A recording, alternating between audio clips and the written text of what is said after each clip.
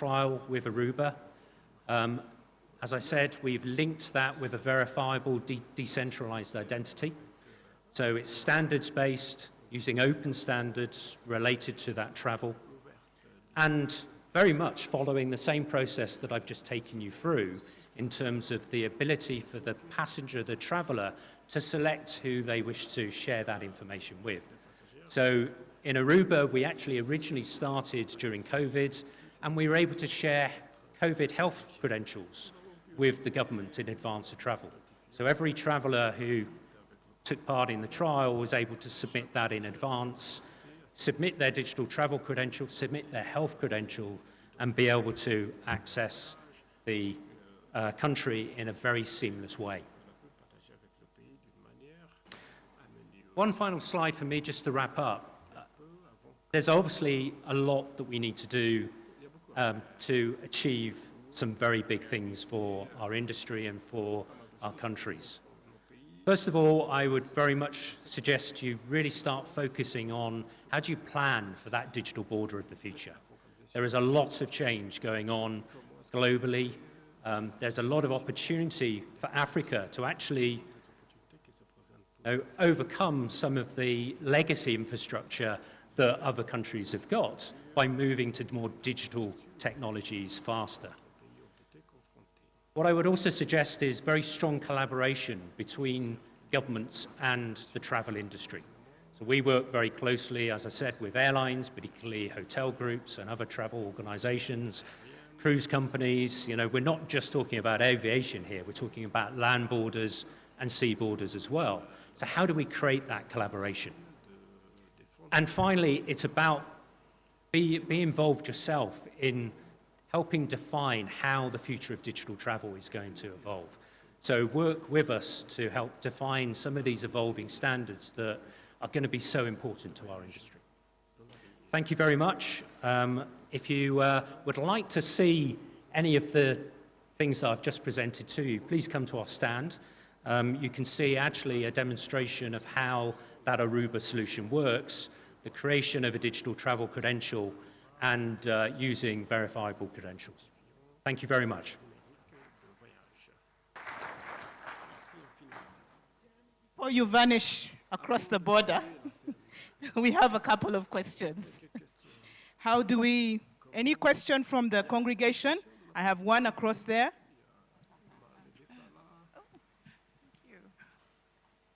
Thank you so much for your presentation, Pam Dixon, World Privacy Forum. Quick question for you.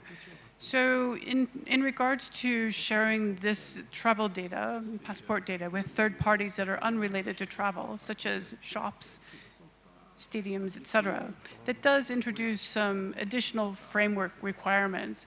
What do you envision as a policy framework that would govern such data disclosures, considering that this would happen largely in international areas where national governance would not apply? Thank you very much. Yeah, no, very good question. And clearly data privacy and other security concerns as we adopt digital identities is going to be really important. So the focus here is really about making sure that when you're defining those policies around the use of digital travel credentials or any other sort of digital identity, is making sure that those use cases are fully understood and defined within those sort of policy areas. So, you know, as I mentioned earlier, if we are going to allow you to use a digital travel credential to access a World Cup stadium, and we've done something very similar recently in Qatar, then that particular use case needs to be well thought out to make sure that, again, you're only sharing information that is required for that purpose. You're not sharing the whole of your passport. You're not sharing necessarily all of your biometric data. It depends on what that use case is. And that's going to be really key when you think through your policy around introducing digital identities. Two questions. Africa has natural disasters, war, and people fleeing for their lives. How do you see this with digital borders? And also, which area would you recommend governments implement first in their digital transformation journey? Yeah. I think clearly when we do have a natural disaster or a regional conflict where individuals need to flee an area very quickly, quite often they're not going to be able to flee with all of their identity documents. They're unfortunately going to be traveling without that sort of capability. So ICAO have thought about that as within the standards. One of the standards is a Type 3 DTC, and that enables a digital identity to exist without a physical travel document. The other forms, they always recommend to keep your passport with you when you travel. Don't rely on that digital identity. But the Type 3 is one where agencies, the United Nations, could issue a United Nations citizen passport, without needing that necessary identity. So we need to obviously prove the individual is who they are, need to be linked to their biometric or other data. But there are opportunities to use that digital identity technology when you have got those situations. Two last questions. How quickly do you see us adopting or getting rid of our passports? And secondly, what are the major challenges facing the implementation of digital borders? Okay, so I think we're going to be on a journey for many years. I think the Type 1 DTC is available now. We're doing trials around the world, and if your government is very much looking towards doing a trial around digital travel and digital travel credentials, we're very happy to discuss how that can work. The Type 3 DTC is probably many years away, and that's the ability to be able to securely very trustworthy travel without needing to carry your passport. I think we're probably a decade away, but who knows? Technology evolves at a big pace. In terms of some of the challenges you're going to face, I think clearly here in Africa, one of the big discussions we always have with governments is around funding. It's around the infrastructure. I think one of the questions earlier was around the use of mobile phones when large parts of the population don't have smartphones. So that funding and infrastructure is key. And the other piece that I would always say is really consider what the regulations and the policies need to look like. Sometimes the technology is easy to deliver. It's much harder to actually implement that within your regulations and your policies around how you actually govern your country. So those are two big things I would mention. Thank you, Mark. Thank you very much. Thank you.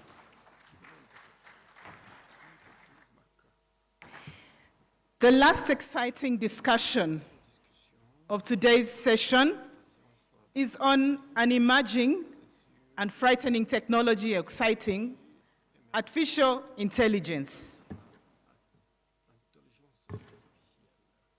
Our next speaker will talk about AI-powered or artificial intelligence-powered trust identity ecosystem. Please make welcome Shin-Bon Lu, the General Manager of International Business Unit, MTech. Thank you.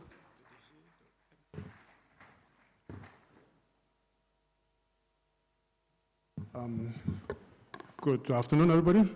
So I'm standing between lunch and you. So I'll try to keep it short and interesting for everybody so that you won't be hungry and you can go for lunch, all right?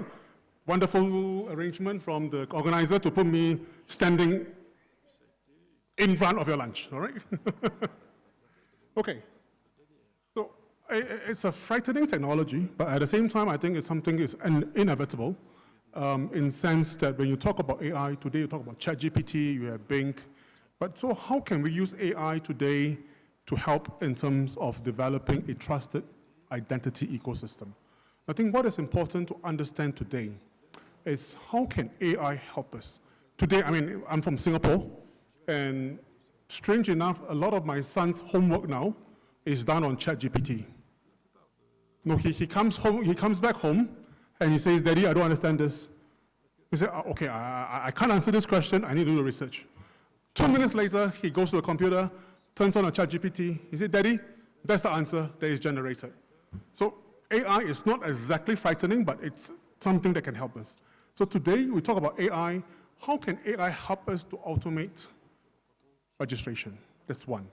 Two, AI enable us to learn what is important in terms when it comes to a trusted eco-identity system. And of course, AI can always provide a better user experience. 2 days ago when I was entering the Kenya borders, I was asked to put my fingerprint on the reader. So I was a midnight flight, I didn't sleep well, 3 a.m. in the morning. I lifted my left hand onto the reader, and the immigration was looking at me and said, "Excuse me, right hand." And strangely enough, I was still putting on my left hand on the reader. So with AI, such things could have avoided because the AI would have guided me through some form of an intelligence response to say that, "Hey guy, idiot, wake up, it's your right hand, it's not your left." So AI would be, it's interesting, so this is something that we can do. Next, the key benefits of AI. One is, of course, to reduce fraud. It learns throughout the entire process.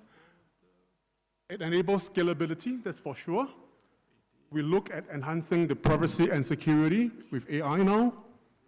And of course, what is important is looking at increasing accessibility. Now, the key pain points of Africa today. Number one, when everybody bonds into this world, you are a subscriber of Mother Earth, which means that every one of us automatically subscribes to this world. So there's no reason why you need to be excluded. It's just like a mobile phone today. If you don't subscribe to a mobile network, you are disconnected. But for us, everybody in Mother Earth, we are sharing the same world. When you're born into this world, you are automatically subscribed into this world. So one, identity registration. It's a big word, but I like to use a simplified term, and that's called subscribing to Mother Nature. Number two, identity proving. How do you prove yourself that you are a subscriber? Number three, identity authentication. How do you, besides proving it, you need to authenticate what it's really, you are who you are. And last but not least, identity management, right? With such a vast database, 6 billion people in the world, how do we want to manage this identity? Okay, I'll go through one of this one by one very quickly. Biometric identification with AI. Number one, it helps us to, I will skip to this slide. For those who have come to our booth at MTech, we have realized today that in the enrollment process, we have developed an AI program that automatically removes the background from the picture that is taken. Today, in Africa, you have a very challenging terrain. You have little villages that are spread across the region. So how do you, and it will be a problem to carry a white background, blue background, yellow background, whatever background that you need. So with AI, we have cleverly devised a software or a platform that will remove the background automatically once the picture is taken. So I think this is important in what I mentioned, improving the security, improving efficiency, and improving accuracy. Proving. How do you prove yourself? All right, again, we always adopt a multimodal identity proving. Besides your face, you can look at your fingerprints, you can look at your biomet, your iris, or you can look at your face, all right? So this is called a multimodal identity proving. Authentication, this is more interesting. How do you prevent deepfakes? The Russians have developed this. I think in those who are aware, there is this particular software that you take, and then it can sort of like predict how you will look like in 50 years. Not a very popular software with the ladies, I know, but I think for the guys, not very popular with guys as well. I did it, and I don't like it how I look like 50 years later. But no, the AI is going to be able to help identify and authenticate such a technology today.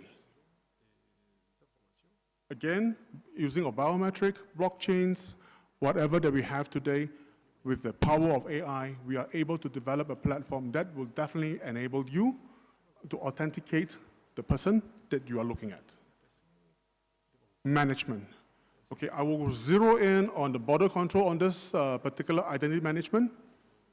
Again, when you cross the borders, you know when the immigration officer is taking your passport and looking at this way, you think he's looking at your passport, but he's actually looking at the line, probably 20 people down the line or 10 people down the line. He's looking at a person who is doing this or doing this or feeling extremely uncomfortable queuing up to cross the border. And that is the person that I'm going to zero on him. Because he is uncomfortable going through the border in a queue because he has something to hide. And that is human nature. So with AI, with the platform that we have developed, it is able to clear the people whom have nothing to hide, who are really coming to the country either to enjoy themselves or to create some trade and business or to even create employment for the country. So I will clear them very quickly, but when it comes to that person, that's I'm going to look at the passport, I'm going to use the AI behind this to make sure that the passport is a real passport and you are the real person and I'm going to authenticate you. So this is how AI would be able to improve or even for the entire identity management. All right? The future of trusted identity. I love this slide. I mean, I'm from the era of Star Wars. Anybody from era of Star Wars? This is episode 4, A New Hope, which is why we are here today. Africa is a new hope for you, for identity, ID for Africa. This is where we are today. This scene was why I put this slide. It's a very interesting slide. Reason being because, as the caption says, was it really Princess Leia? Obviously, George Lucas, when he shot the movie, we don't have all this authentication, proving, and they actually believe that she needs help. But what if it's a fake? So this is something which I think it will get us thinking today. What will happen in the future on how we communicate? In fact, a lot of movies are talking about, holographic thing. There are few cameras, you can communicate, it looks very real. But how can I identify that you are the real person? Who is the real Chinbun that is speaking to you now? Could it be a fake? I don't know. Again, I say this is one of the very good examples to say that, in the future, what's going to happen? So again, looking at the future, we have decentralized identification, again, using AI. We have blockchain. And last but not least, we have an AI identity system which will enable you to power yourself in terms of how to combine each and every business biometric model that we have in order to identify a person that you are who you are. What is important today with AI is actually combination of different biometric model. Number 2, AI is able to learn and to give a response to fight either what Sita has mentioned, human trafficking. Number 2, illegal controls, or even terrorists into the country. All right, again, just now as mentioned, digital human. Are we able to develop an AI that is able to identify a digital human when you are speaking to? So this is something, again, a development for the future. It's going to be very interesting. Again, 2 words about where I come from. I work for MTech. It's a listed company. We have over 2 billion documents issued using our systems. We issue one of the largest passports that's been issued in the world, China. So I would like to encourage all of you to visit our booth at H202 to experience for yourself how can you subscribe to Mother Earth, identify yourself, prove yourself, and authenticate yourself. All right, again, all work but no play makes John a very dull boy. Again, when you come to our booth, enjoy the entire subscription process, and you will be rewarded with a lucky draw on the last day. Come and experience the entire subscription process or registration process. All right, with that, I thank you for ID4 for giving me the opportunity. I would like to now take any questions from the audience. Thank you very much. You have 4 minutes between you and lunch. Can I have one question, and then I'll take some questions with him? Just anyone with a question? Thank you very much. I have a couple. Sure. Shinbun, how shall I be able to compete with my AI identity and my real identity in the next few years? Let's put it this way. You are not competing with an AI identity. The AI is just simply helping you to ease the process of identifying who you are. You are not competing with AI, which I think there's a lot of misconception today that, a lot of jobs will be taken away by AI. There will be a lot of things that's removed. AI is taking over our lives. I don't think we should go in that particular direction with regards to AI. I think we should look at AI with the regards of they are the ones who will be helping us to improve our lives. They will probably take away some of the very mundane jobs. Put it this way, I think my colleagues here who are in the government, every day you look at trying to identify or say that, okay, when you apply for a passport, is this person a real citizen or a fake citizen? Put it this way, if you have AI systems that are already developed and is put in the background, these jobs can be taken away by AI, and the real human eventually will then focus on looking at real cases, problematic cases, or cases which needs to be verified.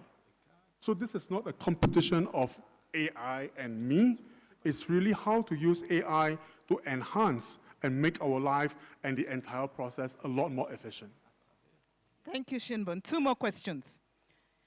How will AI help fight fraud? That's a very good question. Again, AI, as I mentioned, you have deep fakes today, you have it's really looking at faking something that is so real that it could take as a person. So again, with AI, you will have all your, you have your authentication. It learns throughout the entire process to say, okay, it's very, very different today when you say there's a general response, where you come from. Da-da-da. There's always standard questions that your immigration officer will ask. But with AI, he will generate questions. If you find that this fella has some deep fakes or whatever, he's looking at, okay, how do I generate a question that he will not be able to answer? Because deep fakes eventually are still robots. So, for AI, number one, basically it's able to detect liveliness. So this is very important to detect liveliness, which today is already in place. But what is important is to generate questions that is out of the context of the person who is trying to be a deepfake. So how does AI help in the efficiency of self-enrollment? All right, again, self-enrollment, come and experience it yourself. Again, I gave a very good example. For an idiot like me, a left hand and a right hand, I couldn't tell the difference.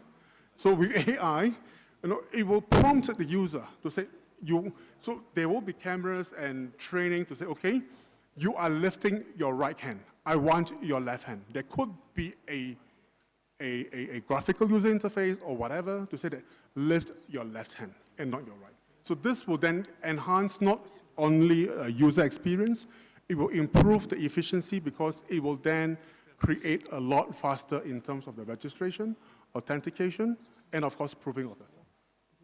Thank you. Thank you. Thank you so much. Thank you.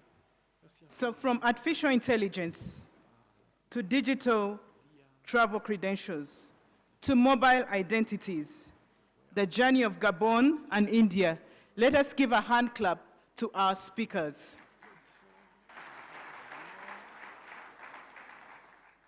The journey for identification authorities gets more complex and more exciting. I call you and your attention to emerging technologies as you step out for lunch. Thank you very much for your attention. We look forward to seeing you this afternoon at 3 o'clock. Let's just get some. I just want to give the afternoon's program. Oh, patience. Thank you very much for attending to us. We look forward to a better Africa with digital identity.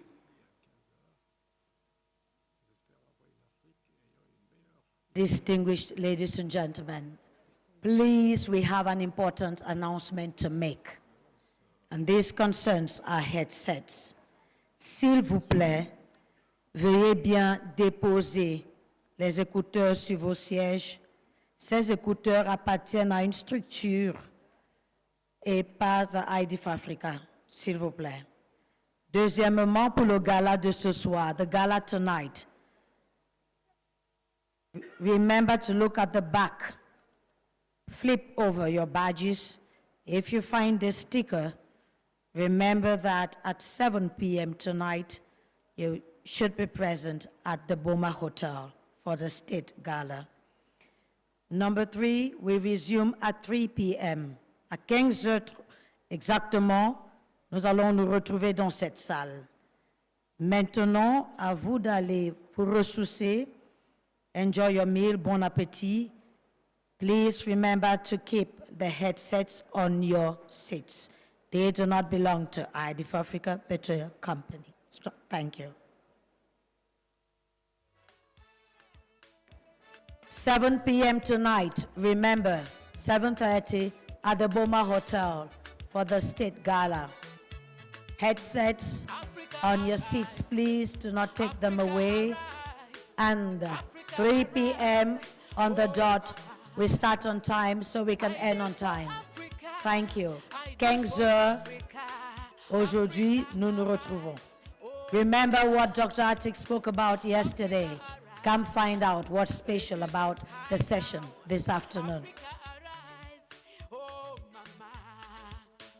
Africa amuka, Africa amuka, oh mama. Africa amuka, Africa amuka.